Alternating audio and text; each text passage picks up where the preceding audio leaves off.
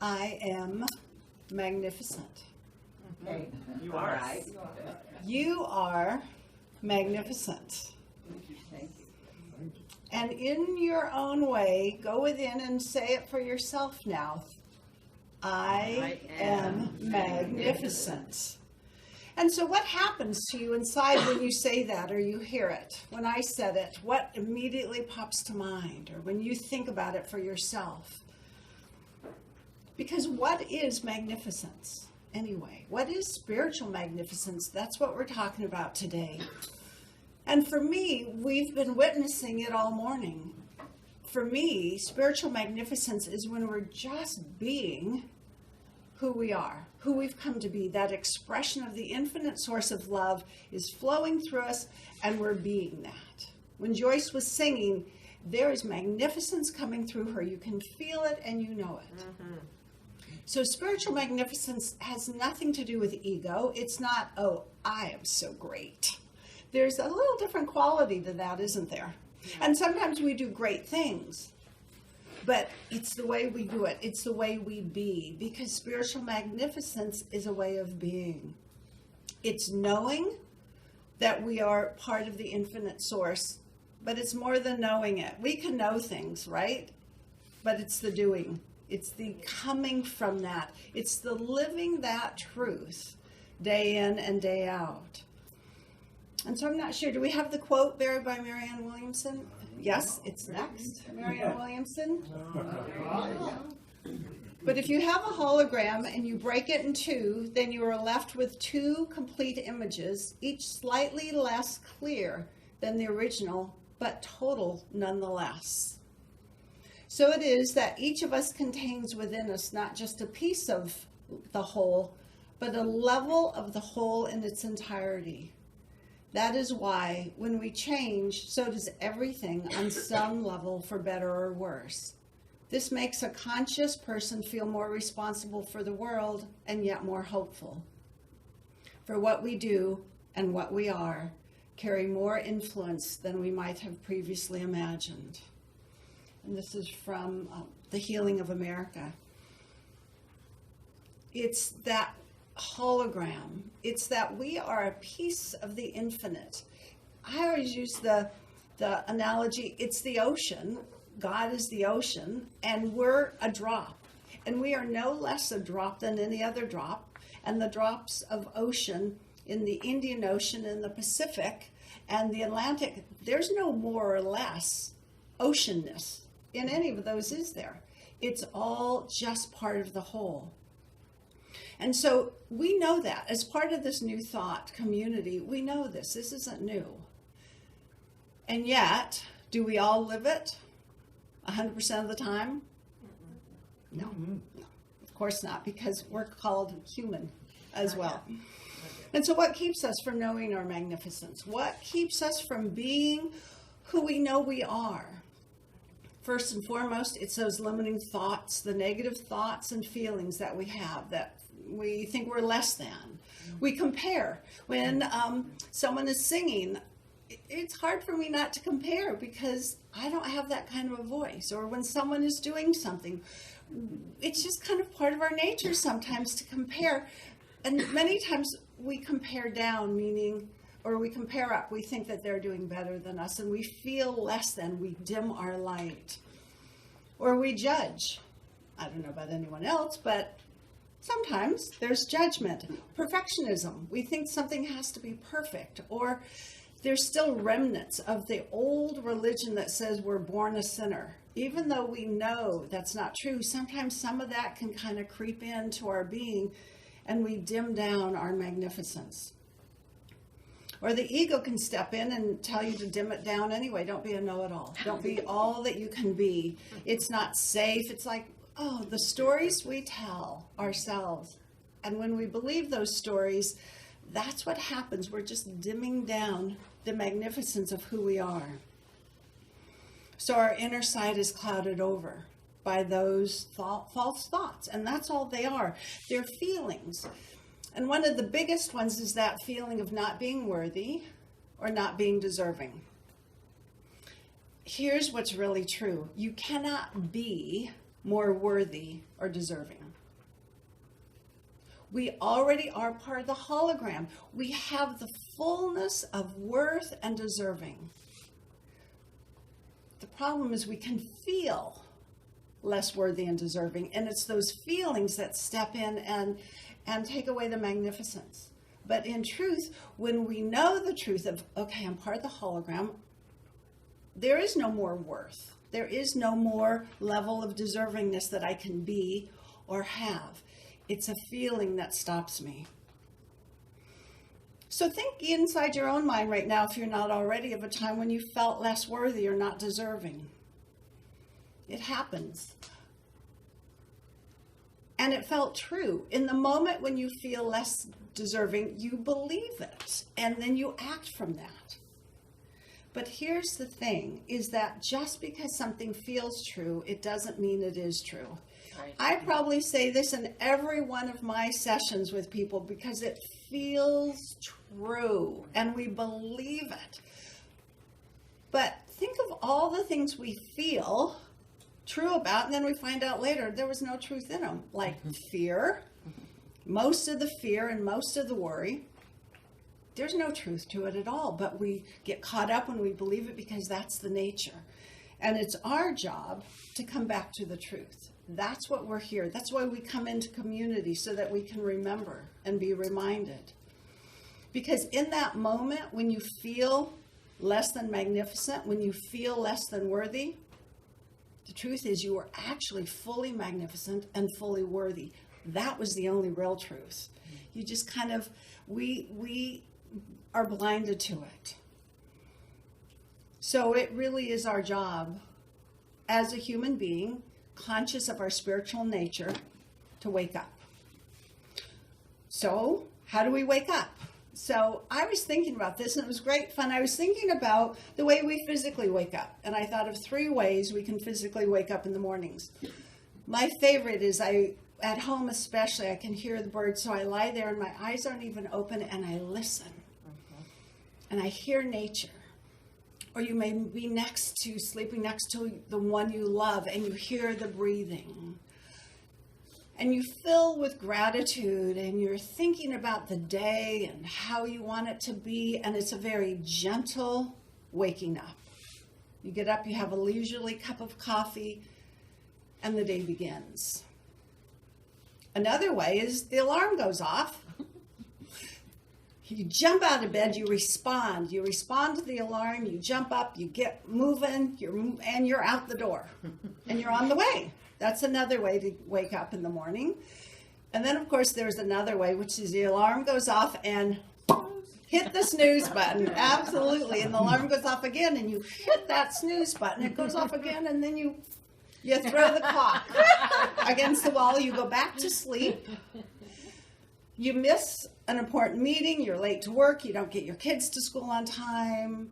It's not a good way to start. The challenges are escalated because you went back to sleep. So the ways we wake up in spiritual terms are the same. You can gently wake up, which is you begin to listen to your inner voice. You pay attention. You follow the guidance. You read spiritual texts. You're in a spiritual community. You get teachers. You absorb and you take action.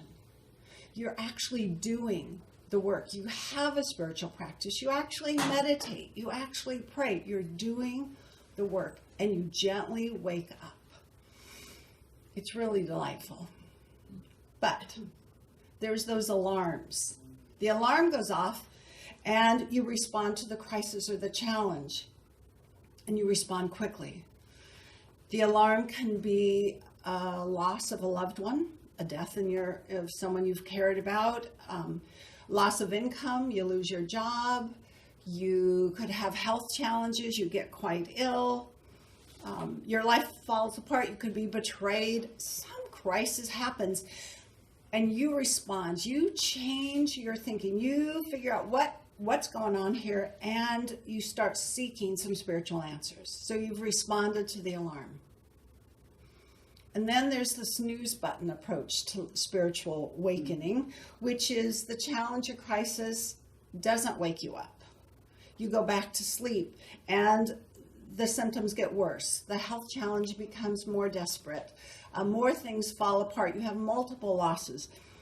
You can sink into depression. You could lose pretty much everything. You can make a real mess, making bad decisions. You sink until you hit bottom. And perhaps you wallow in bottom, or, which is you pull the covers over your head and said, I'm not getting up. It's all their fault. It's everyone else is to blame for my life. And you just stay like that. Or you begin to seek solutions, spiritual solutions, and you start to wake up. It's a long process. So it's a choice. So what we're talking about this morning, it's a choice how we wake up. And we all probably go through variations of all of these forms of waking up throughout our life. So the thing is this, every night, physically, what do? We go to sleep. Every night we physically go to sleep. So guess what?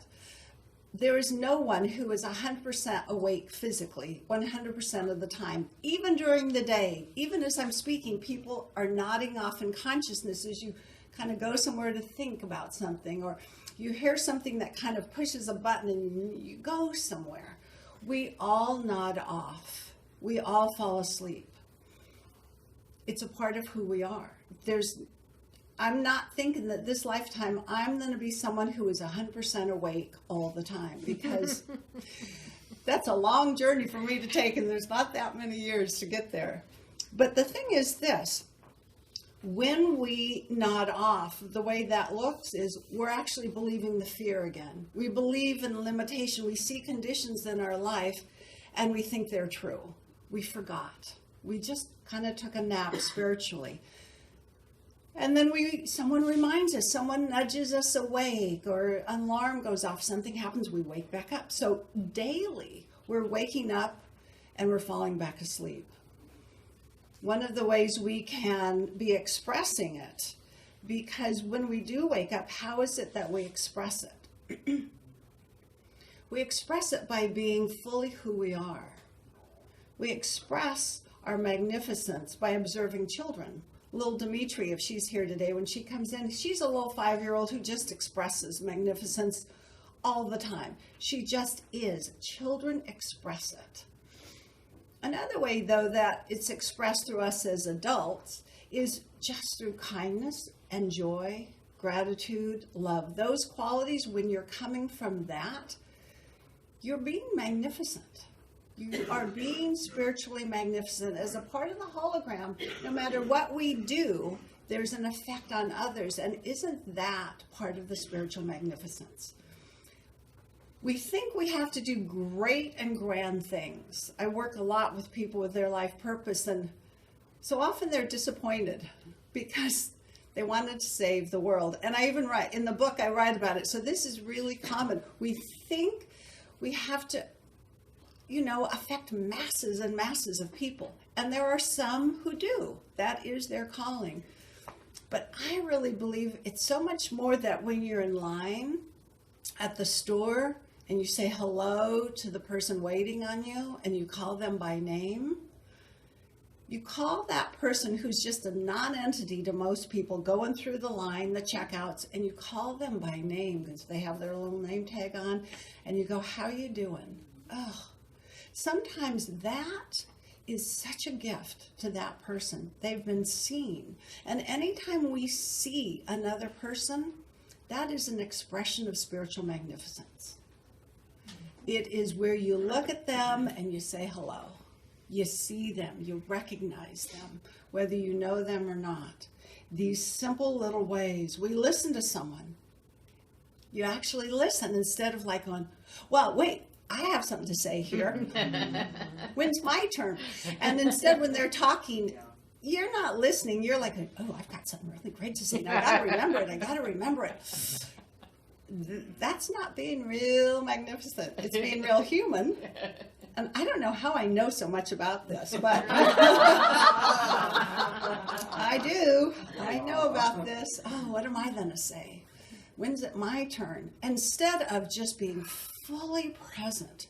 Because when we are fully present and just listening, Whether it's in a child or an adult or someone in line, it doesn't matter. Isn't that a way of expressing the finest of who we can be? Because the whole point in being human here is the effect we have on others and our own spiritual growth in that expression of love. And love is expressed so many ways. And these are just a few of the ways.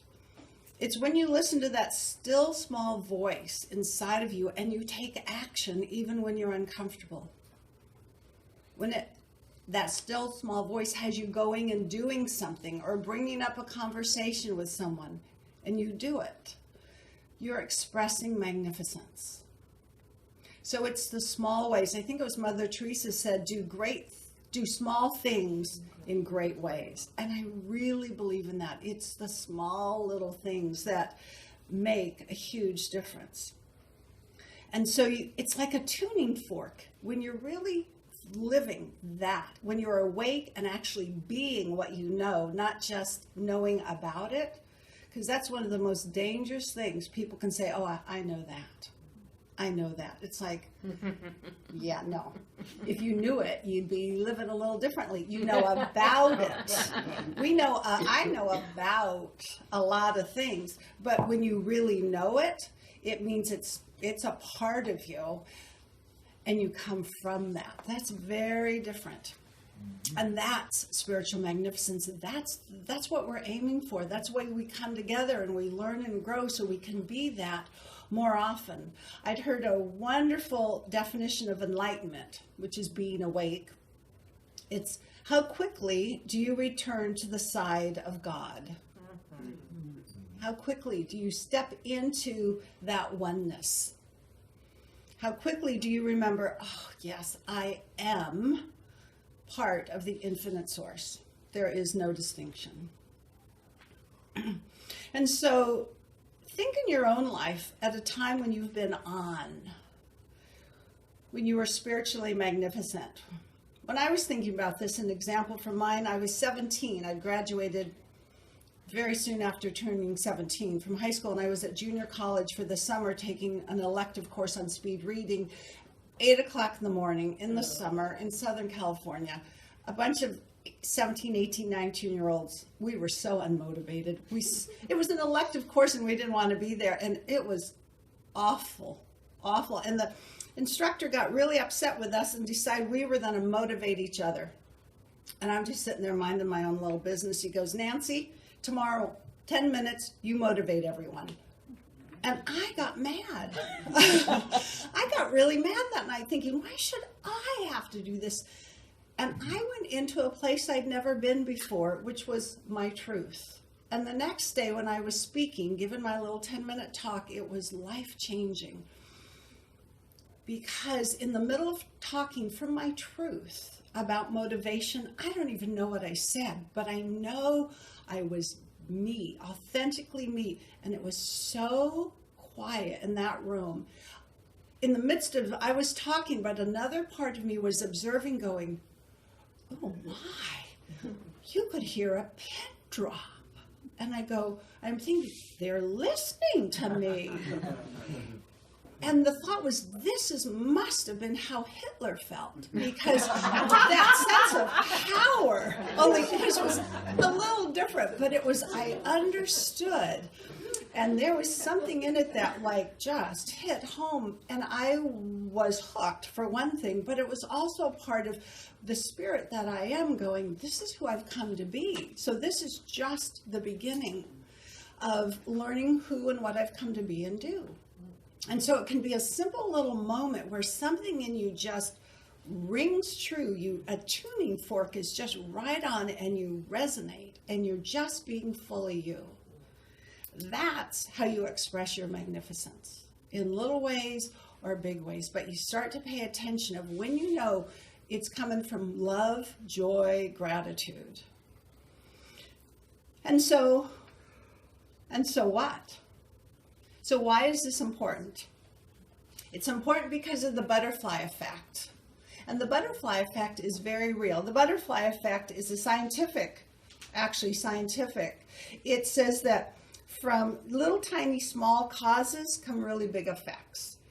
And I never had known this was true. I'd heard of it, but it's like that the exact time and formation of a hurricane and the exact path it takes, so the time it forms and the path it takes, can be affected by a butterfly across the world a couple weeks earlier flapping its wings.